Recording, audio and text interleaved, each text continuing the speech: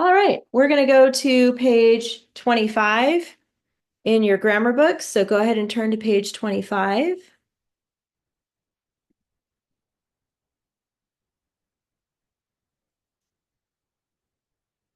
Page 25.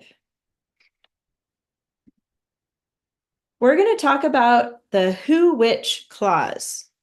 Who, which. And obviously that word which, W-H-I-C-H, not W-I-T-C-H, like the Halloween witch.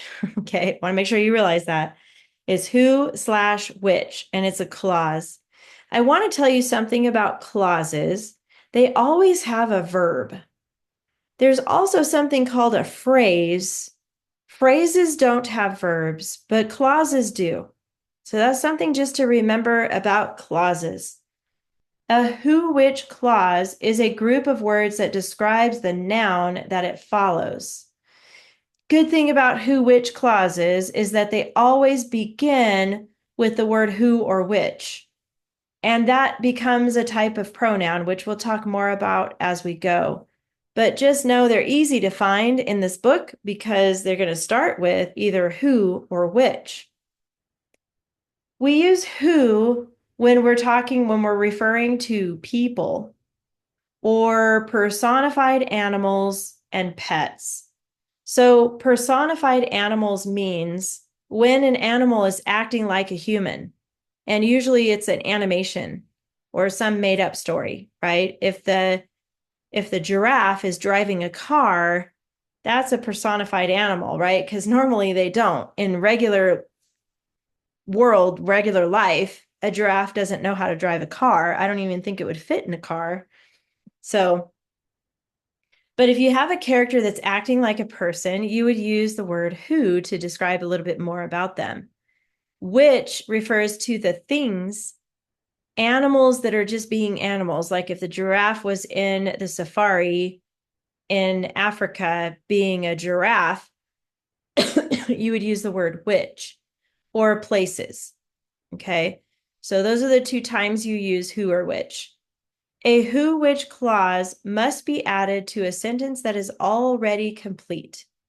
So they're going to show you some examples here. The first example is a regular sentence. It says, the soldiers had traveled far.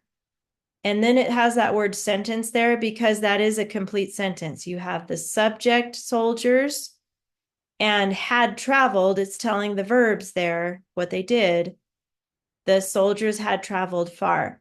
Sometimes some students think it's okay to just put in a who or a which word, and that's it. So that's what they did here. Look at this next example. It says, the soldiers who had traveled far. Now it is not a complete sentence. It's called a fragment. That's what that means. It's not complete. Whenever you add who or which, you need to make sure to add more after that. So one of the things that the who-which clause does is steal the verb away from the sentence. It takes it away. So in order for the sentence to be complete, you have to have another verb after it. So the next example shows that right here. The soldiers who had traveled far needed food. Now it's a complete sentence again. Notice that we have who had traveled far. That's the who clause, and we have had and traveled. Those are the verbs. But now we have another verb after it. Needed. That's another verb. That's what you need to do, is add another verb after your who-which clause to make it complete. Here's another example, and this one is complete. They just switched it around a little. So it says, the soldiers who needed food had traveled far. See how they switched that? That's okay. You can do that because the who clause still has needed as a verb. And then after that has another verb, had traveled far. Okay, so in this book, they're going to have the who, which clauses in the sentence, and you have to mark it. The way to mark it is to place parentheses around the who, which clause and write W/W above the word who or which. Notice that both who and which, they both start with W's. Did you guys see that? So when you put W/W, it's like the first letter in both of those words, who and which. So this example here, the soldiers who had traveled far needed food. The who clause is right here. You see those parentheses? You're going to mark it like that. And then you're going to write W/W on top of the who or which part. That's labeling that clause, okay? And then we have a comma rule. And this rule is forever, okay? Place commas around a who, which clause. So notice right before who, they put a comma here, right by soldiers. And then after that word far, they put another comma. And the clause says who had traveled far. So whenever you have a who or which clause, it's going to have commas before and after. Do you guys have any questions actually about this page so far? No? Shake your head no if you don't have a question. Okay, Julio, do you have a question? Okay, go ahead. So, do we add the words after the comma? Not in this book. That's a good question. Not in this book. You're not going to add the words, but eventually you're going to use who and which in your writing on, the other part of the class from the binder. And when you write it yourself, yes, you'll add more to after the who or which clause. That's a good question. But for right now, you're just going to mark it in here first. Okay. Anything else, Julio? Okay. Good question. On the back of that, page 26 is blank, so we're going to skip that. Nothing to do there. Now we're going to go to page 27. Does anybody feel like reading the sentence today? Okay, Ashlyn, go for it. The dwarf who bowed and walked away returns for a third time later that night. Good. And that word in bold is bowed. And that's when you bend at the waist, right? A lot of times when you go to a show or something, a performance on stage, when they're all done at the end, they bow. So that's what that is. It's a verb. It's an action. It's what they're doing. All right. The articles, remember this is a, and the. So I'm going to write them in here just to remind myself here. A, and the, not and, but an. And then there's two of them. So go ahead and find them and mark them by yourself here.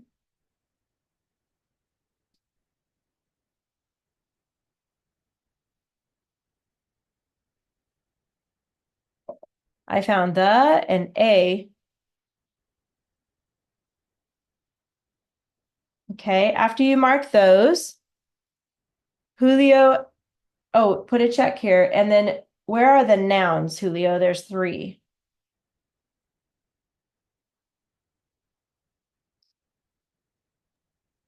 Um,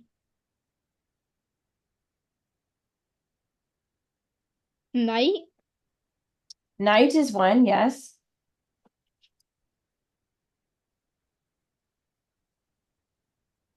dwarf, Dwarf, yep. The last one's a little tricky.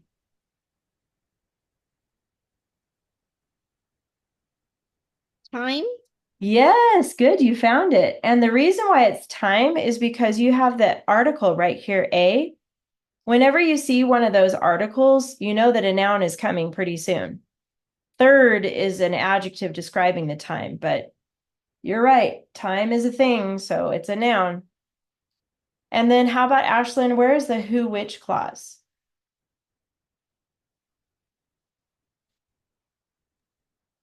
Who before bowed, It starts there, so we're going to put parentheses there. Read the whole clause to me.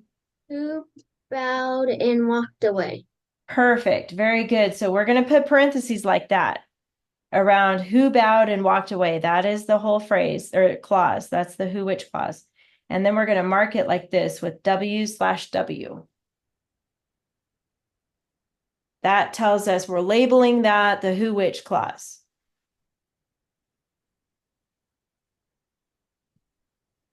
All right, and then back to Julio. What word should we capitalize here? The. Good, the T and the. And then back to Ashlyn, what do we put at the end?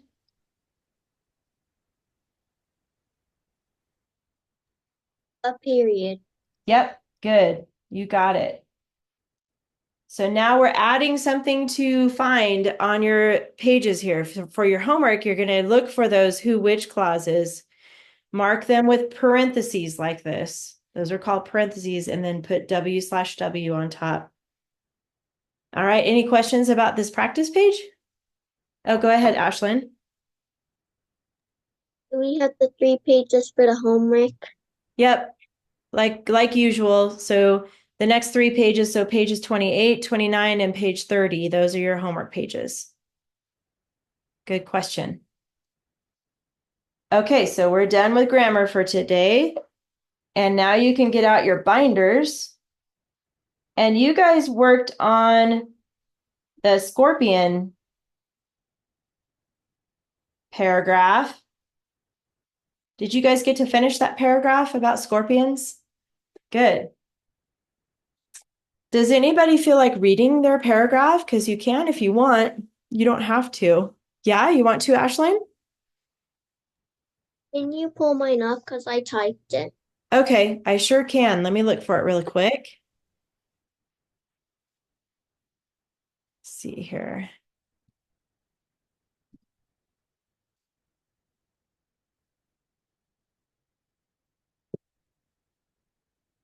Get that. Make sure I'm pulling up the right one here. Yep, okay, I see it.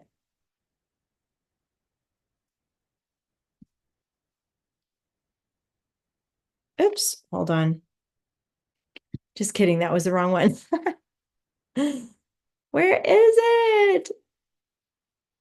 I'm trying to, so your mom logged in as a different name. Let me just make sure I'm pulling up the right one. I'm looking through. Ah, I found it. Okay, I have it for real now.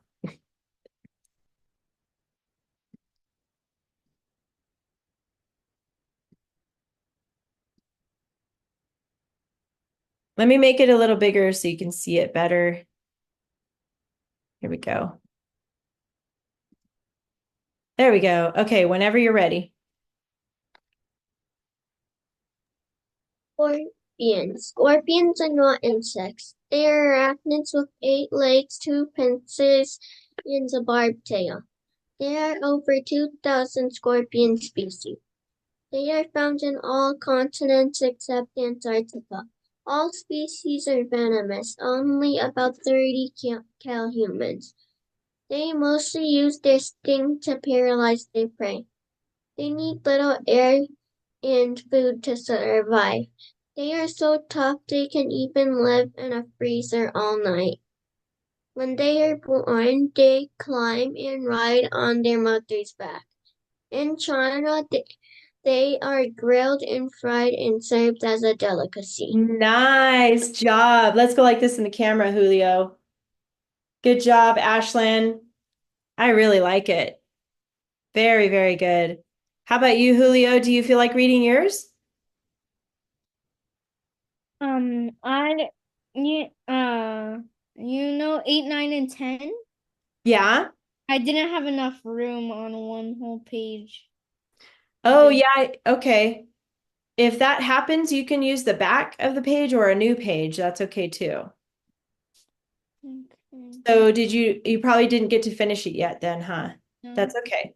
You can finish it this week and turn it in, okay? But if you need to use the second page, that's okay with me. Okay. Yeah. Okay. All right. So let's go. And the first thing we're going to do is put away the scorpion stuff. So we're done with that. Except for you, Julio, you'll probably want to keep it in your front pocket until you're finished with it. But let's see. This page, let me show you where it goes. 23. The first one we're going to put away though is this yellow page. This one. Oops. Oh, you can't see it yet. Hold on.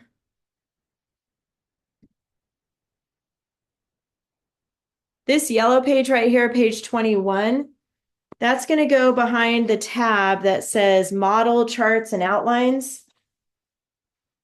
It's kind of toward the back here. You see this one? It says model charts and outlines, that tab right there. You're going to go to that tab, model charts and outlines, and you'll see other yellow pages in here. You're going to go past all that, or past that one page, actually. There's just one in here. And then put this yellow page in there. Okay. Model charts and outlines. By the way, don't forget when you open up the rings of your binder, don't pull on the ring part. Use the tabs at the top and the bottom to open it. And then you can put the paper in there and then make sure to close it the same way. Okay, close it with those tabs. Once you put away that yellow page, you can put the rest of your stuff in your separate binder for your finished stuff. So all the things that go with your scorpion story, your keyword outline, the actual story itself, all this stuff that you have for scorpions, put all that away in another binder, a separate binder or folder, okay, for your finished stuff. And then we're going to get out the next week. Let me show you that. Put it away real quick. At the front of your binder, there's a tab that says Source Texts tab. The very first tab there. It looks like this.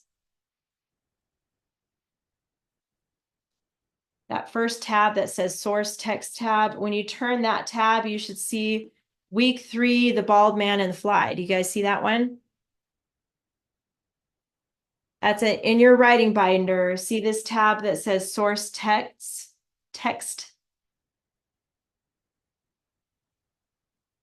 It's the first tab in your binder.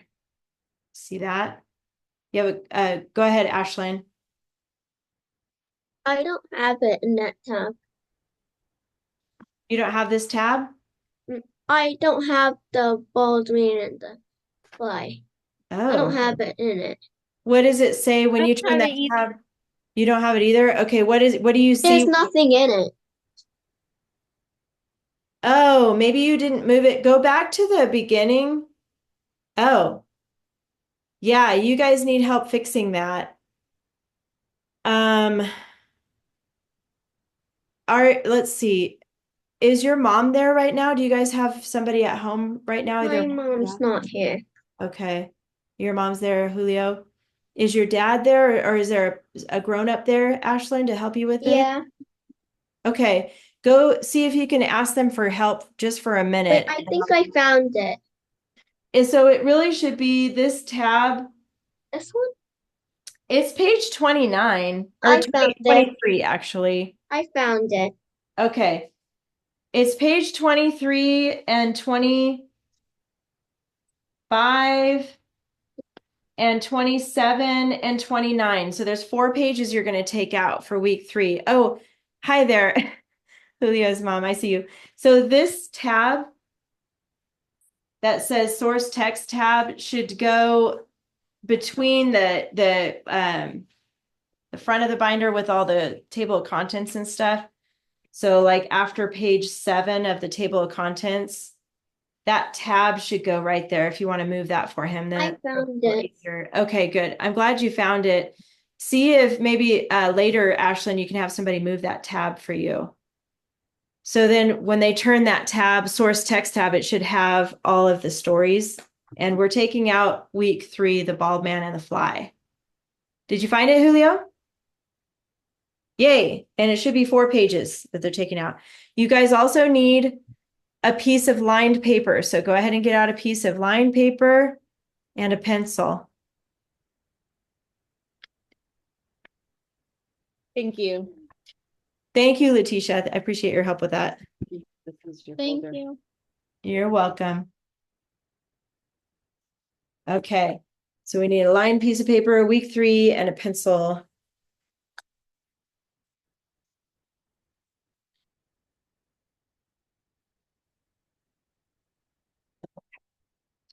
Yeah, once you have that tab in the right spot, it's a lot easier to find it. It looks like Ashlyn. Are you there, Ashlyn, or did you have to go somewhere?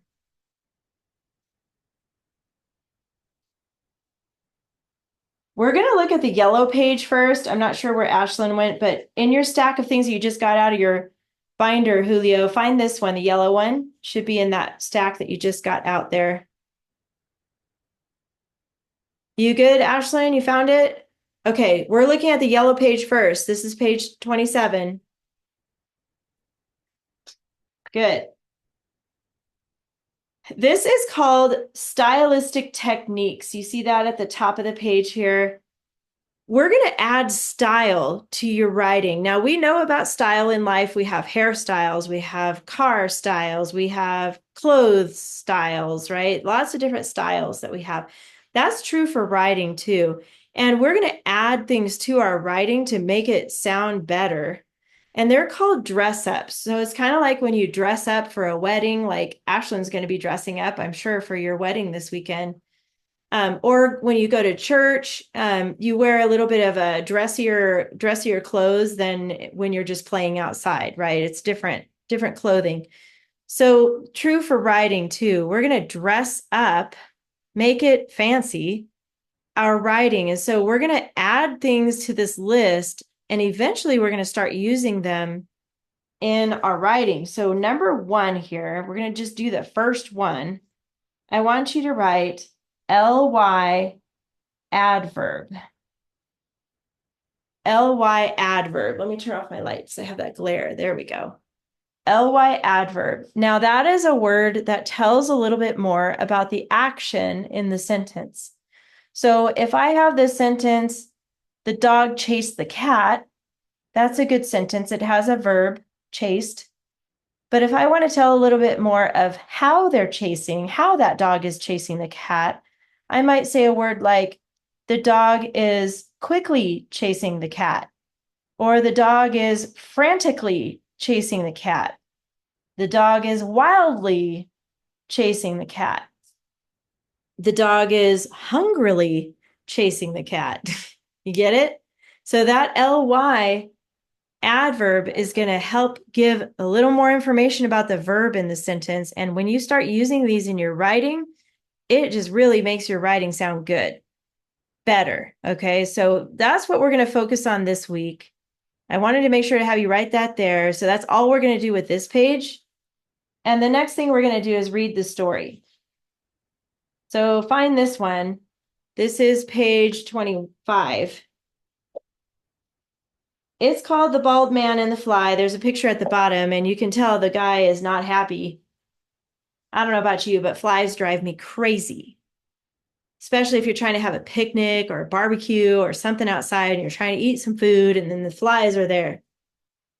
So we're going to find out what happens to this guy. Notice it says The Bald Man and the Fly, and then it says attributed to Aesop. You guys remember that with the dog in the shadow story? Go ahead, Ashlyn. Wasn't Aesop, didn't like Aesop write like fables? Very good. Yes, he did. So Aesop's Fables is what they're called. It's a collection of short stories. They all have a lesson we can learn from them. So that's something about Aesop's Fables, is they can teach us something. I think I had the Aesop's fable book. I do too. It's a good one. I like it. It probably has like the tortoise and the hare in it, and the lion and the mouse. There's a lot of them. Then usually there's an animal of some sort in the stories, but we can always learn something from it. So I'm going to go ahead and read it, and then we'll talk about what the lesson is that we could learn from it. So it says right here, on a hot summer day, a tired traveler sat down to rest and took off his hat. A fly began buzzing about his bald head and sweaty face, landing on his skin from time to time.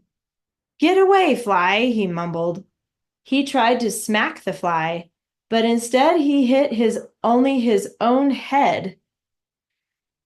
When he slapped his skin, it stung. But he slapped again and again, trying to get that pesky insect. But he failed and thus became frustrated and angry. Finally, the man understood his mistake. He thought, we are likely to hurt only ourselves when we get so angry. Okay, there he is. And he kept smacking the top of his head, trying to get rid of that fly. But, flies are quick. They're hard to catch sometimes.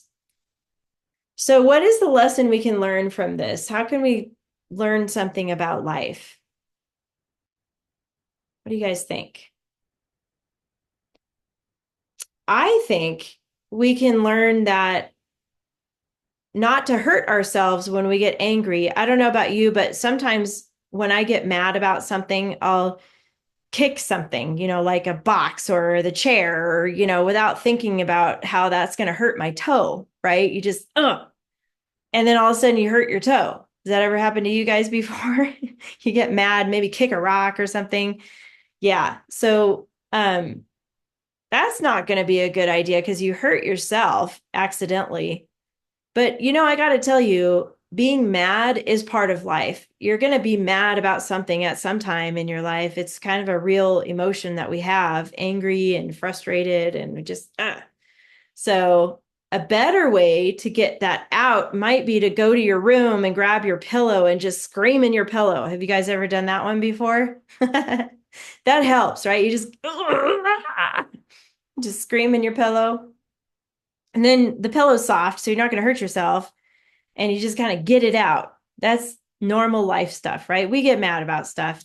And then we just got to get over it and move on, right? If you stay mad, that's not good either. Then you're just mad all the time. You don't want that. So, anyway, this guy learned his lesson. He was smacking himself, right? He was hurting himself. So maybe he just needed to get up and go somewhere else or put his hat back on. That might have been a good thing to do to get rid of the fly, or, run. That's something he could do. Anyway, here's our story. Now we're going to start working on the stories, the keyword outline. So let's get out your lined paper next, okay? And you can put your name up here like we always do on the left side. And then today's date is 10/10/24. Go ahead and get your paper ready here. Name goes there at the top. And then this one's called The Bald Man and the Fly. So I'm going to put the title here, skip a line, leave a space there. And we're going to start it about there. The Bald Man and the Fly. Notice the words and the are not capitalized. This is something we'll talk about a lot. Go ahead, Ashlyn. Do I have to write my last name too? Yes, please. Thank you for asking. So when we capitalize a title, there's a few rules. I'm just going to remind you now, but we'll talk about this a lot. But the first word is always capitalized, just like a sentence. But this isn't a sentence, it's a title. It's different. It doesn't have a period at the end, right? So the first word's going to have a capital letter.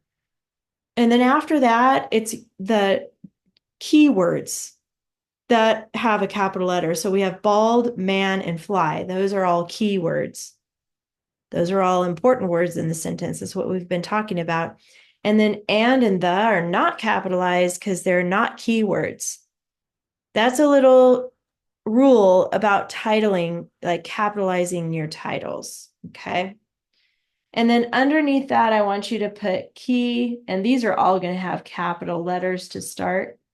Keyword outline, or KWO. That's what that stands for, is keyword outline. And we talked about how keys are important. Those are those words that we need to remember what the sentence was about. Okay, from here, you're going to skip a line.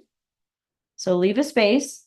And then we're going to number 1 through 8 over here by this red line. So go ahead and start numbering 1 with a dot, 2, all the way to 8. Do dots after your numbers here.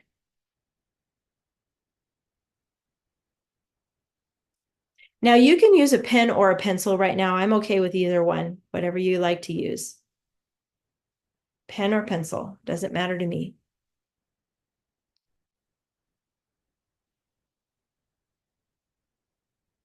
Good, I see that, Ashlyn. Got it, Julio? Okay, good. All right, now going back to the original story, we're going to keep going sentence by sentence and looking for those key words. I like to underline them all first, and then I'm going to pick the best 3 to put in the outline or to circle. So I'll do the first sentence, and then I'm going to have you guys help me with the rest of it. It says, on a hot summer day, a tired traveler sat down to rest and he took off his hat. So I'm going to look for all the keywords first, and I'm going to underline hot summer day, tired traveler. Got it. I went too far on my line there. Sat down, rest, off, hat. That's a lot of words I underlined there. So hot summer day, tired traveler, sat down, rest, off, hat. Now, I've got them all. These are all the keywords in the sentence. There's a lot of them. But now I'm going to pick the best, the ones that are going to help me remember what this sentence is about. I think it's super important to circle summer. So I'm going to circle summer. And the cool thing about that word is that tells me it's hot. I know in the summertime it's hot. So I don't need to worry about hot or day. It's summer. So I know that. And then I see tired traveler. I need to circle traveler because I think it's important for us to remember that he was traveling and that he sat down. So I'm going to circle sat because I know he sat down. I don't need down, and I don't need rest because obviously if he sat down, he's tired and he needs to rest. So those are the most important words that stand out to me. I do like the word hat though. So I'm thinking maybe we could draw a hat to remember that word. That might be pretty easy. So let's do that. Number 1 here on your outline, we're going to copy summer, comma, traveler, comma, sat. And then I'm going to draw like a little baseball cap. If you want to draw a different type of a hat, that's okay with me. I'm doing a little baseball cap. Just to remember that he took his hat off. So just to refresh your memory on the rules for the outline, you can have 3 words only, but you can use symbols like this hat, and you don't have to count that as a word. It's just a symbol. You can use numbers and abbreviations. Those are free. Okay, so I'm going to go have Ashlyn go next. Your sentence will be the next one right here that says, a fly began buzzing about his bald head and sweaty face, landing on his skin from time to time. So let's start by underlining all the key words. What do you think, Ashlyn?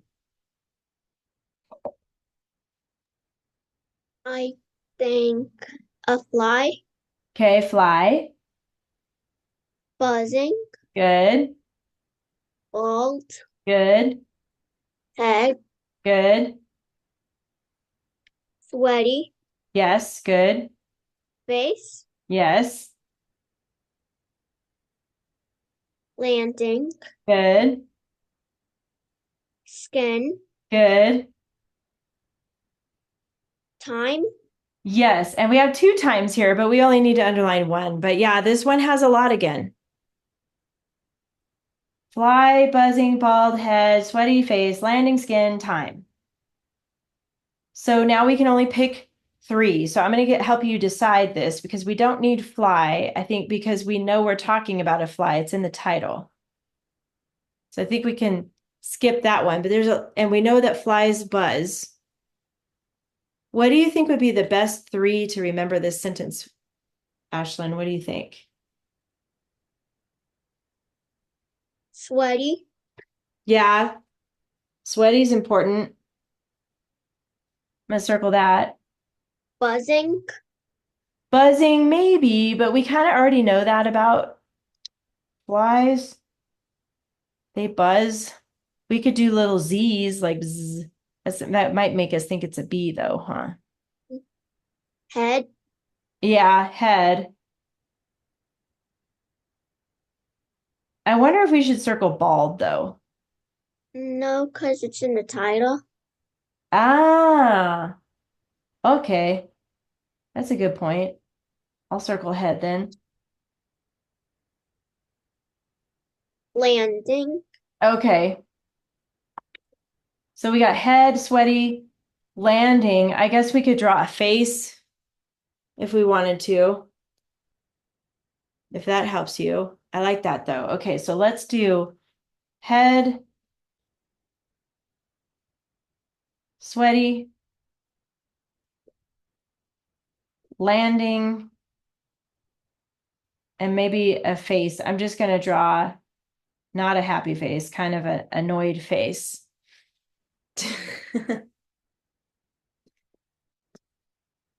He's not happy at the moment.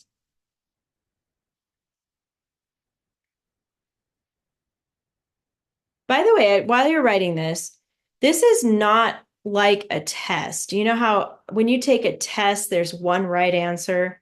This is not like that. There's lots of ways you can do this.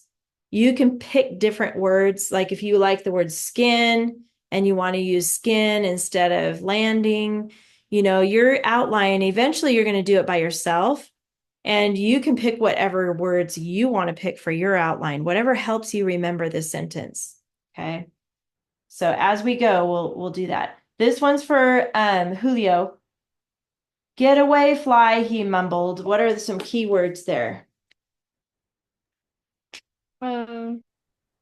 Get Yes.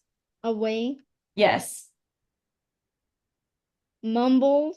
Yes. That's good. Because we know we're talking about a fly. That's a short sentence, huh? That's nice. So really, you've already got your three. Let's circle them. Get away and mumbled. And when I write this, I'm going to use quotation marks because he's saying that. I'm going to put little quotes here and say, get away. And then I'm going to do exclamation mark and a quote mark right there. And then mumbled.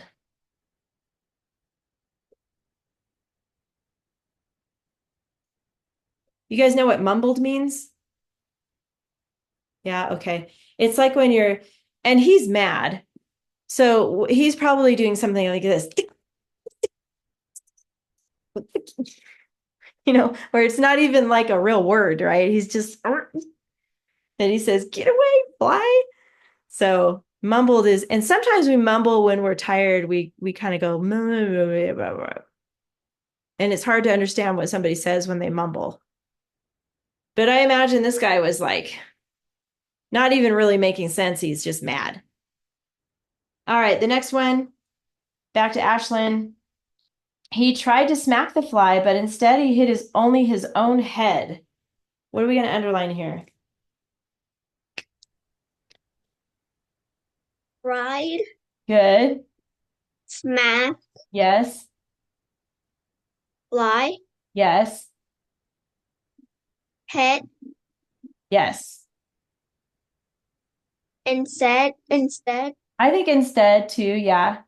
And head. And hit. Yep. I agree with that. Okay, which three are we picking here? What do you think, Ashlyn? Smack. Okay. Smack. Instead. Okay. And head. Okay. Smack, instead, head. We could draw a little fly. We could do smack and then a little fly like this. We could put smack. Oops. CK. And then maybe I would do a little like with the wings out like that, like a little fly. Smack, fly, instead, head. He smacked his head. So he's trying to smack the fly, but instead he smacked his head. his bald head.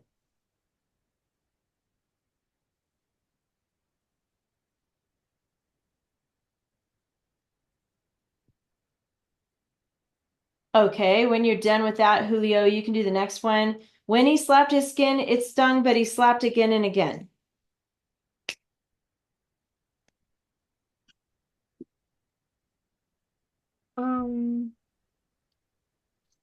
No. I was gonna say slap, Yeah, slapped is one. Good.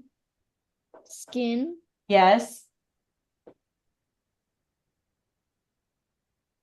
again, Again, good. stung. Stung. Yep. Oh, there's even, I thought that comment was a period. Good. A Trying, little bit more. Yeah, trying. Good. pesky, Yes. insect. Yes. That's a lot, but yes, I agree with those. Those are all good keywords. Now, how are we going to pick three?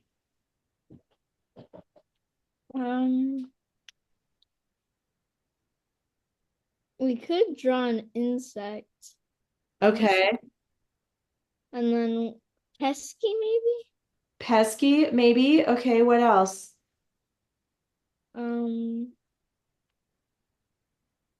Slapped, That's a good one too. skin. So slapped, skin, pesky, and then draw an insect. Yeah. Or stung is a good one.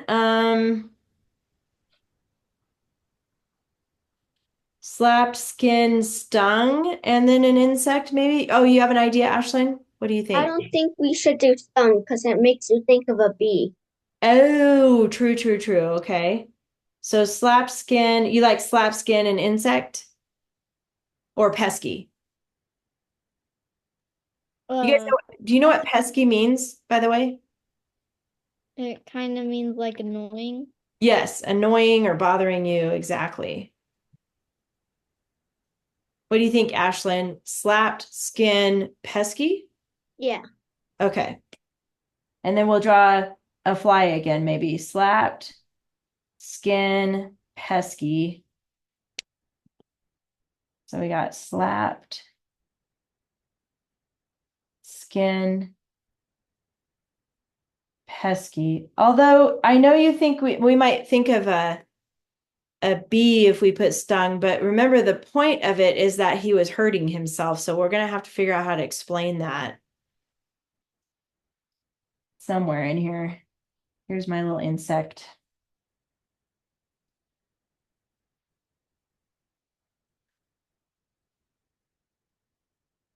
Oh, we could put, I wonder if we could put ouch or something like that. It's more like a, hmm.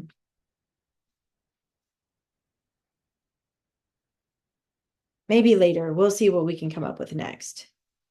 Something to remind us that he's hurting himself. So we'll figure that out. Okay. That's good for 5. Let's go on to 6.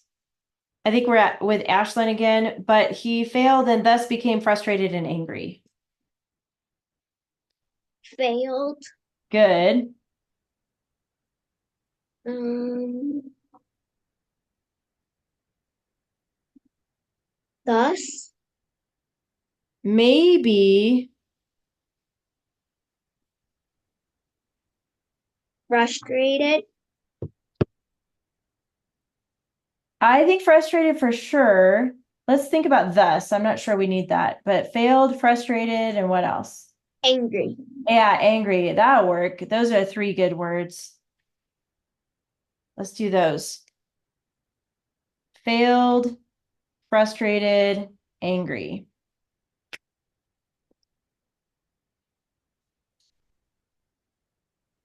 Failed,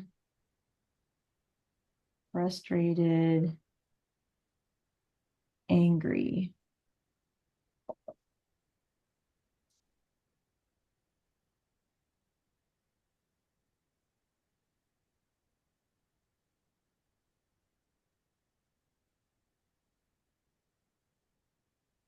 Got that? Okay, Julio.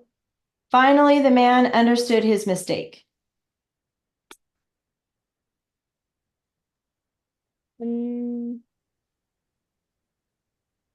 Finally Yeah. understood Yes. mistake. Yeah. And that works. That's 3. Let's use those. Finally understood mistake. I like it. Finally understood mistake. I'm going to circle those too.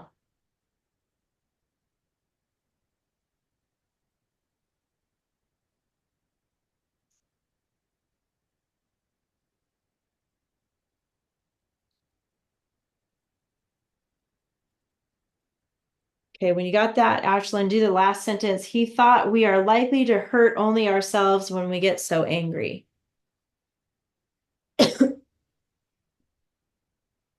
Thought Okay, we okay, likely okay, hurt okay. ourselves Yeah, so okay, angry. okay, good. All right. Those are good. How do we pick now?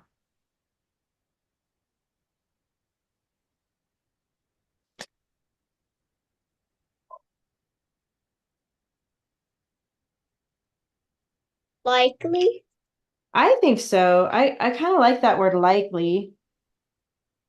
I do like that. ourselves Yeah. angry. So I'm wondering about angry because there's also that word hurt. And remember earlier, we were like, we need to make sure we talk Yeah, about that. hurt, Yeah, hurt. hurt. Because the other thing is we mentioned angry already on number 6. Yeah, I agree. Good job, Ashlyn. So let's put likely hurt ourselves. Likely hurt ourselves. By the way, did you guys notice likely is actually one of those ly adverbs we were talking about earlier? So that actually will work because we need to have one of those in our paragraph. So that works out great. Okay, good job, you guys. Man, you're getting really good at these keywords. So this is how we do this. You know, we look for all the keywords and we go, man, what are the best out of those keywords? How can we remember this sentence? So now your job this week for your homework is to write this paragraph like you did for scorpions. You've got the whole thing ready now.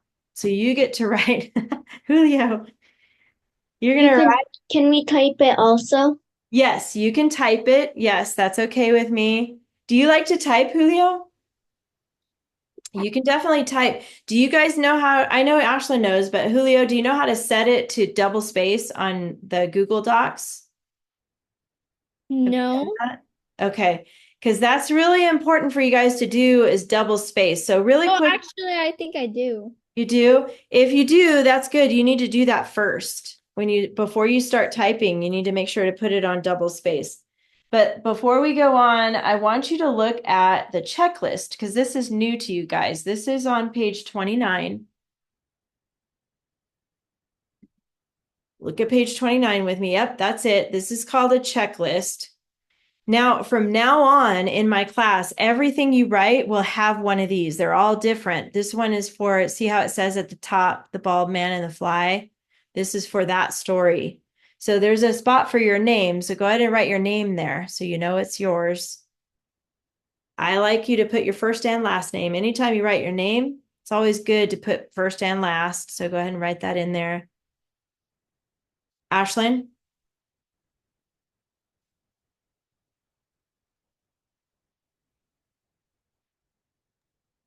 Should we write our name on a grammar book?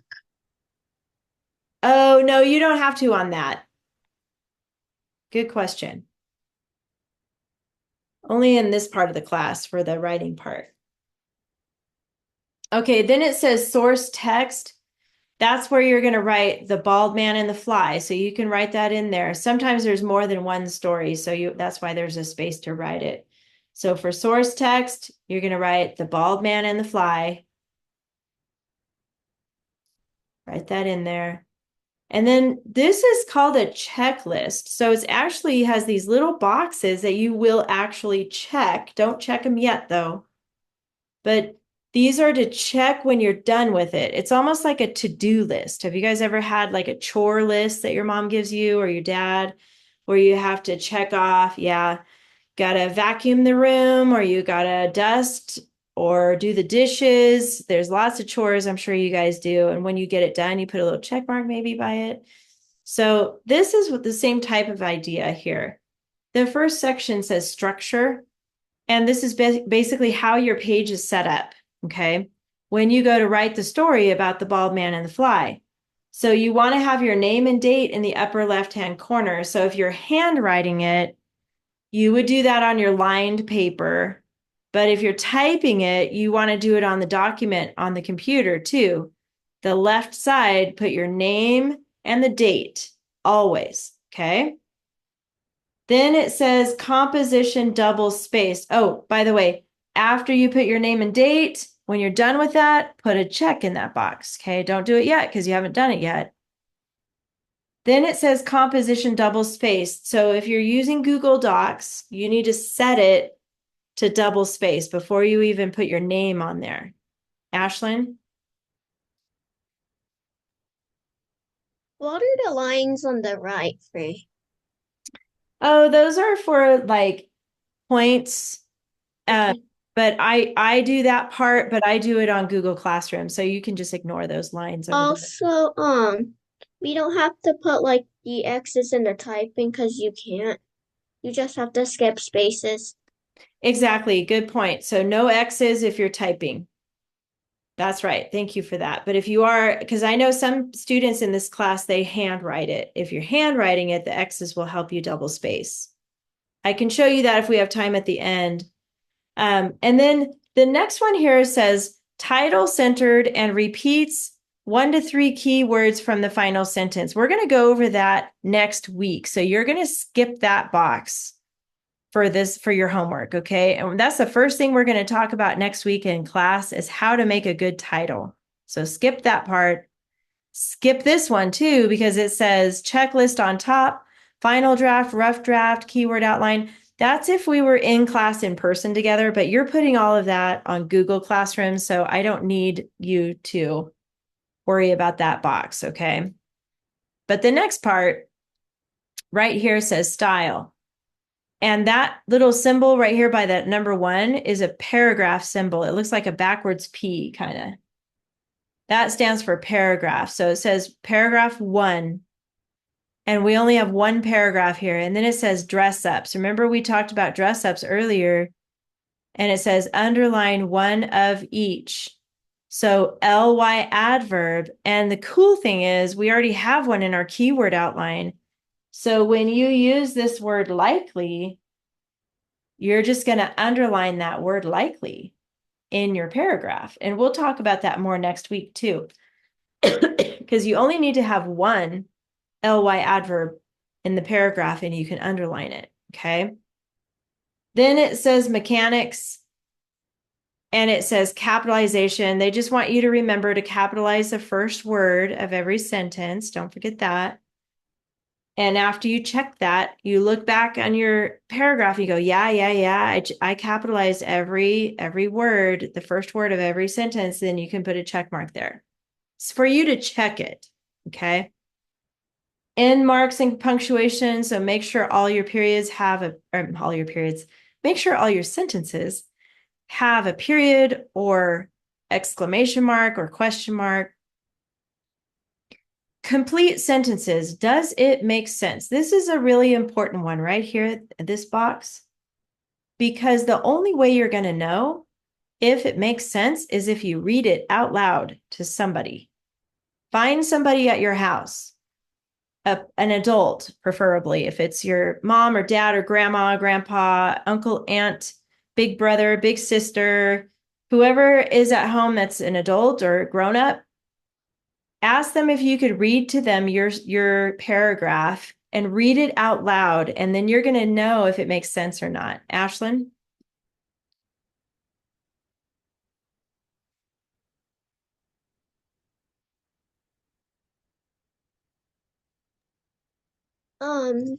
does does in the whole paragraph there only needs to be one ly for adverb?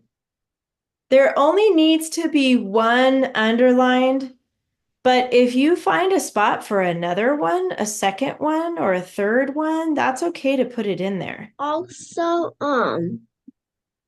if I do this, type my story now, can I still turn it in now? Yes, If I you do can. it like I do today. Yeah, if you do it today, you can turn it in today. That's okay. But make sure you read it to somebody out loud before you turn it in.